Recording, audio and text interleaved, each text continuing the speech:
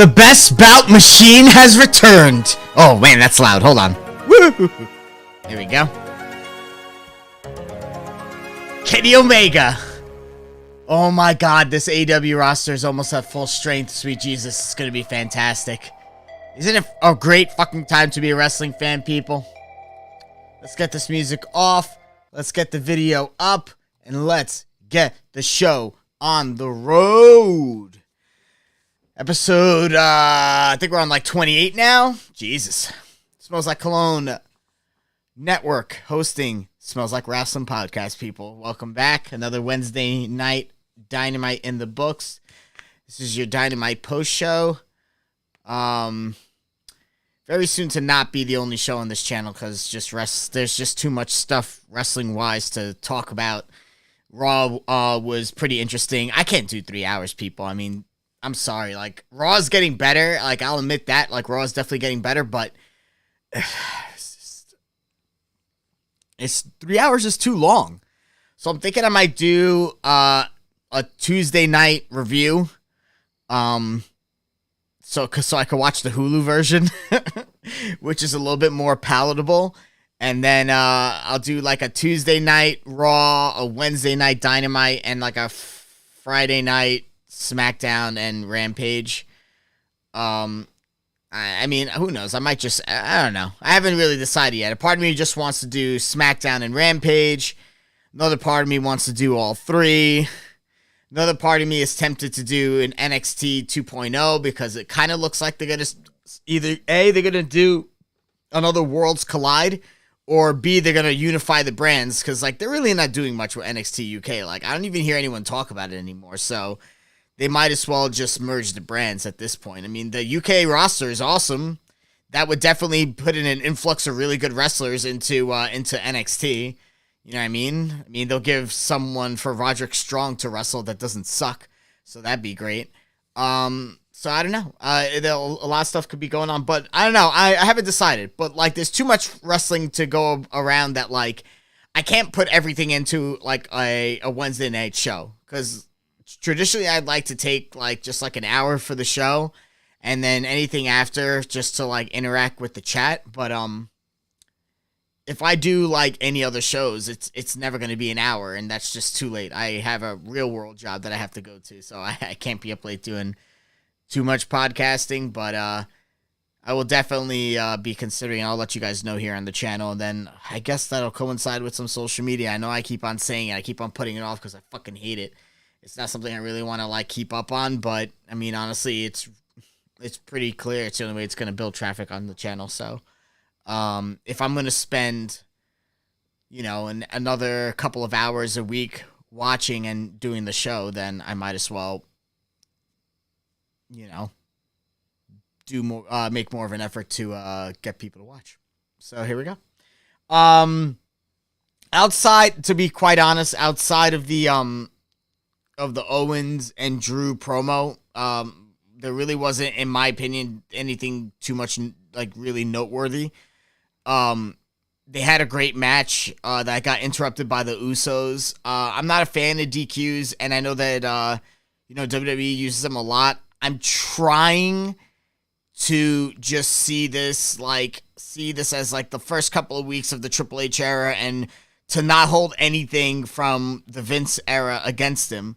But to be quite honest, there's still little drips and drabs of Vince that I see everywhere. So it's just been, I don't know, it's been difficult. Because I honestly have been conditioned to, like, I mean, it's my own opinion, obviously, but, like, it feels like I've been conditioned to really fucking hate the product. I don't. I mean, I always, it was never the fault of the wrestlers, you know what I mean? Like, there was a lot of great talent and great wrestling there. Like, I can't be mad at the wrestlers at all. They're doing their jobs, you know what I mean? Like, those people who, like, boo them and make it like, oh, you know, it's actually, like, Becky Lynch's fault, it's actually so-and-so's fault. I'm like, come on, man. Like, we all know that Vince was running the show. He was controlling everybody. No one really had any autonomy, so, and they were all going to toe the company line anyways, because otherwise they were going to get kicked out. Like, where were they going to go? There wasn't really any AEW until recently, and now Vince really won't let anyone out of their contract, so the worst thing that he could do is just keep them on the sidelines in perpetuity. But, you know, it was never the wrestler's fault. It was always on the shoulders of one man, because that was the way that he wanted it to be. I didn't like I didn't like Vince. That was the only reason I didn't watch. I specifically didn't like him. Guys like Seth Rollins and AJ Styles, you don't think I want to watch those guys weekly on TV? Yeah, but it's just a product that they were surrounded and made it just completely intolerable. And it was because of Vince. So, I'm trying to see things as just grade them on Triple H. You know what I mean? And if I just grade it just based on Triple H and not based on anything that happened prior, I got to cut him some slack. And, if there's going to be a DQ here, a DQ there, as long as it's proper and it's used well, then great. You know what I mean? If it's overused, that's when I have a problem. So I feel like it's only fair that I give him this. I cut Triple H the same amount of slack that I cut Tony Khan. But it's really just because of good faith built up between the two bookers, to me, in my opinion. I'm not saying to everybody, but to me themselves, they've built up good faith with me. You know what I mean? I enjoy, Dynamite. That is appointment television for me. I never miss an episode. I could miss a Raw or miss a SmackDown. I don't really give a shit, But, it's because I feel like I'm rewarded. I, more times than not, see what I like and don't see what I don't like a lot. And that was what I was with Triple H. I never missed an episode of NXT. I would rush home, and that would be what I was watching that day. I wouldn't sit around for any spoilers. Nothing. And that's the good faith that he's built up. So, when I see guys like Kevin Owens, when I see guys like Drew McIntyre cut, real promos where it doesn't sound scripted, I get excited. When I see them have great matches, I get excited. When I see them not being afraid of saying wrestler, to me, I get excited because it's just to be quite honest, it's not that they're saying the word wrestler. I'm just not a fan of taboo words. You know what I mean? Just say whatever you want to say. So I didn't like that, you couldn't say belt. You had to say title. Just let them say what they want. You want to know why? Because I don't want any restrictions on them being themselves. And I feel like a lot of these wrestlers cut better promos when they're allowed to be themselves. So it's not really the word per se. It's just the philosophy behind it. The philosophy that one guy was saying, this is what you can and cannot say. I'm not a fan of it. I'm not a fan of it whatsoever. But, now he's gone. Like I said, Triple H has a lot of goodwill, built up with me because he created, in my opinion, the greatest era of wrestling that I've ever watched as an adult. I really didn't watch the Attitude Era. I kind of picked that up going backwards once it had already passed. The same thing with Ruthless Aggression. I was watching in the 90s and the early 90s and late 80s with Hogan and Warrior and Macho Man and shit like that. I remember the Ultimate Challenge. I remember watching that on pay-per-view, so it's a big deal. Got into it again in 2007-ish, I believe. Stopped again for a little bit because I know I wasn't watching when they created the Nexus and whatnot, and then Punk's Pipe Bomb brought me back. Watched it until WrestleMania 30, and then by then they had already have NXT, and I stopped watching the main roster after Daniel Bryan kind of retired. But in all that time that I've watched, the most fun that I've ever had was watching NXT. I went to every single takeover that was in New York. I've never missed one. I was at G1 Supercard and shit like that. I've never missed I went to one of the first house shows they ever did in Albany. So I'm a diehard NXT fan. I think NXT is better than the best that AEW has ever put out. I love NXT. So if the same guy who's running NXT, if he's gonna give me at most 4 extra hours of that, I'll stop and watch it. Absolutely. He's built up good faith with me. So I'm excited to see what Triple H is doing. I know it's going to take a while because storylines take some time. This is long-term this is the same stuff that I would say with Tony, give it time, long-term storytelling. You kind of have to judge you can't judge it piece by piece. You have to judge the entire arc because then everything fits together and makes sense. So you really can't judge it until the end. You know what I mean? So it's because you don't know whether or not the payoff's going to be worth it until the payoff actually happens. So, that's the same thing that's going on with Triple H. You could see that he's establishing people that he wants the crowd to know. These are guys you should take fucking seriously. He's pushing belts. These are belts that you should take seriously. The U.S. title had a video segment. You know what I mean? They never do that. It's the U.S. belt. I'm super excited about that. I like that guys like Ciampa are getting a push. Kevin Owens is being taken seriously. Karrion Kross, Styles has had great matches. You know what I mean? Like, this is some, like, yeah, he had a great, I thought he had, a pretty okay match with Bobby Lashley. You know, I'm seeing more of the stuff that I like. And, you know, freaking Gunther had a great match with Nakamura. You know, like, I'm seeing a lot of the stuff that I like. I'm fucking excited, man. You know what I mean? I feel like the only people who aren't happy right now are the tribalists, you know? That I like this brand and this other brand sucks. It's like, you know. I mean, at the end of the day, it's all really opinion, but, like, there's so many, like, you gotta understand, like, there's so many different styles. You know what I mean? Like, when it comes to, like, my wrestling, I like tasting different kinds of things. You know what I mean? I don't want everything to look and act the same. I like AEW for what AEW delivers. I like the WWE for the, you know, what the WWE delivers. I like New Japan Pro Wrestling for what they deliver. You know, they all deliver things a little bit differently. You know, I'm not as big of a fan of the way that Impact and GCW and NWA deliver. I don't watch them as much.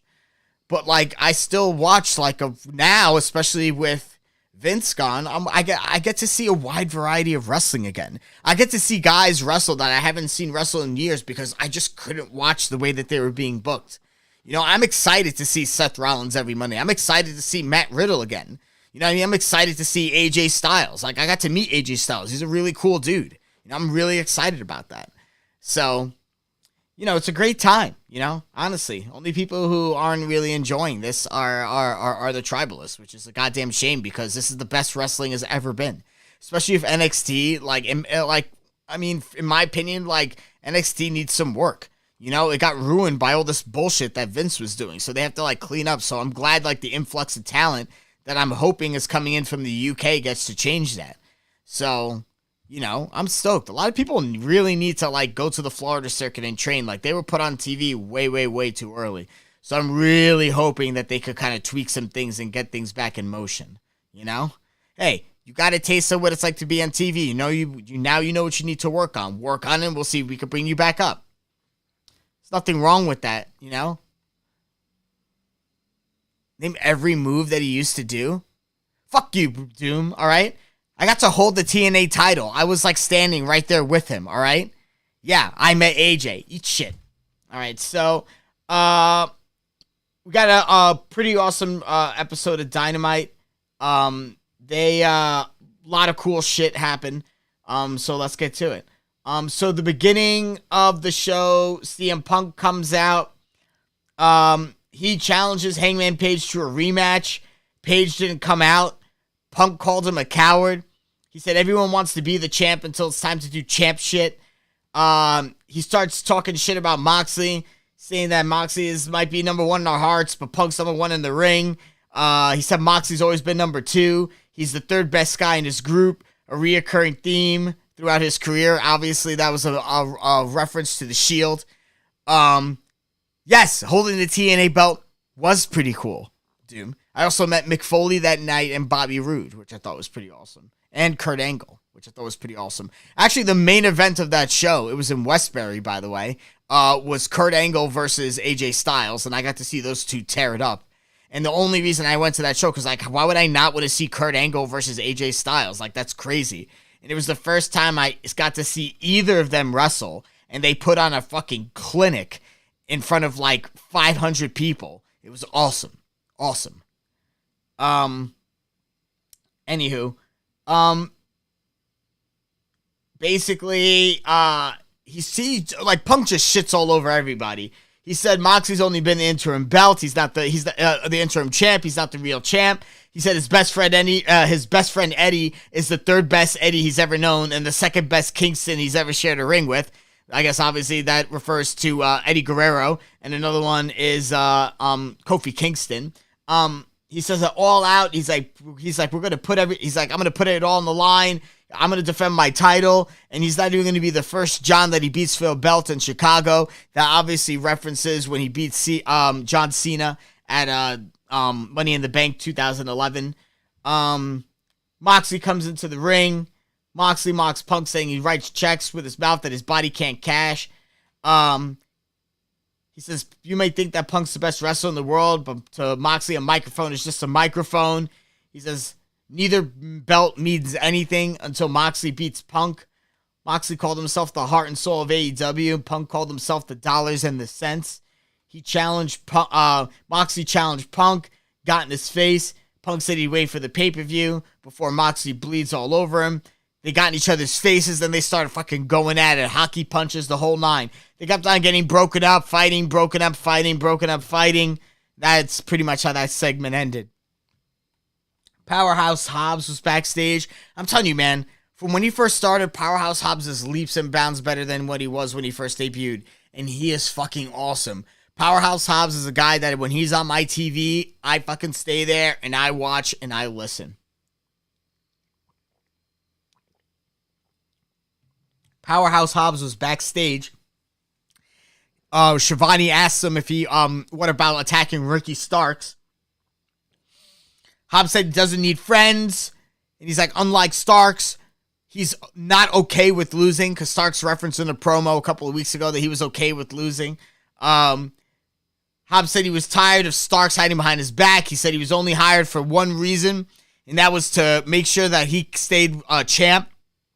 But he couldn't even stay champ, so there's no reason to stick with him anymore. And basically, he said he's got some business with the factory that he needs to take care of, because obviously the factory assured Powerhouse Hobbs that they were going to take care of Starks and didn't pull through. So, that was some crazy shit. Jericho joins commentary. They got Ricky the Dragon Steamboat out as guest timekeeper for the match. They do a 2 out of 3 falls match. Danielson defeats Garcia. Obviously, 2 falls to 1. Now, I have a little bit of an issue with this, all right? I love Daniel Garcia. That's number 1. Number 2, I always wanted him to be a part of the Blackpool Combat Club. That's number 2. Number 3, I always wanted him to fight Danielson. Number 4, I understand that Danielson, he's a veteran and eventually has to put guys over. But I'm telling you, I don't know what it was. And I think it's because I hang out with Jordan too much and he's a complete and total Bryan Danielson mark. I wanted Danielson to beat Garcia 2 matches to 0. That did not happen. Garcia won the first fall. And I didn't know what to think about it at first. But as the match went on and as the match ended and they do the angle with Jericho, I'm like, when else are you going to push this guy? And who better to push him against than Danielson? And Garcia taking the first fall and Danielson taking the last 2. Obviously Danielson gets the win. It gives Garcia gives Garcia the rub. I didn't know what to think about it. Like, a part of me was like,